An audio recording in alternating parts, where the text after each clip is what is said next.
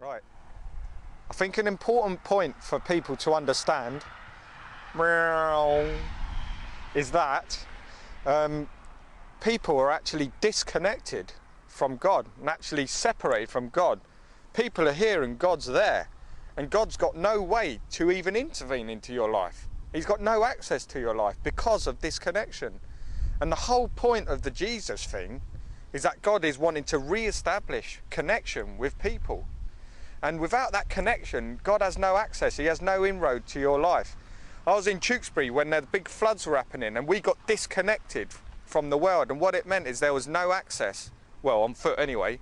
If you had a big pair of wellies, you could. But generally, there was no access into Tewkesbury until the floods went down and one road opened, and then people had access. And it's like that with God. People are disconnected from God, so He doesn't even have access into their lives. And it's through Jesus that access is and connectivity is re-established. It's like I was thinking the other day, like on the internet, there's this massive world of information that you could, but without a modem and a computer, you cannot access that information. And it's like that with God. Through Jesus, God's made a way for human beings like you and me to access Him. And once we can access Him, we can start to get protected from sufferings and bad things. We can start to know healing. We can start to know restoration. We can start to know substance. We can start to know real life. We can start to know God. But without that connectivity, without that connection, without that point of that linking, there's no simpler way of saying it, I suppose.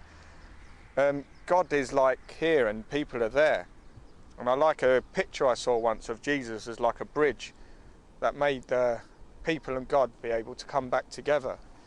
And so I believe God's constantly trying to influence people's lives and influence people's worlds. But the problem is that there's very limited access for God to actually intervene in people's lives. Firstly, because if you don't have Jesus in your life, you don't have that connection.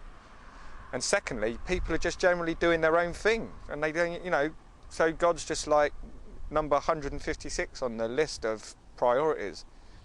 And so we can really grossly limit God's access into our lives, which ultimately would cause more suffering. Because suffering really is an absence of God. It's not caused by God, it's caused by an absence of God in your life. And I know that through my own personal experience and many other people. So I think that's an important point.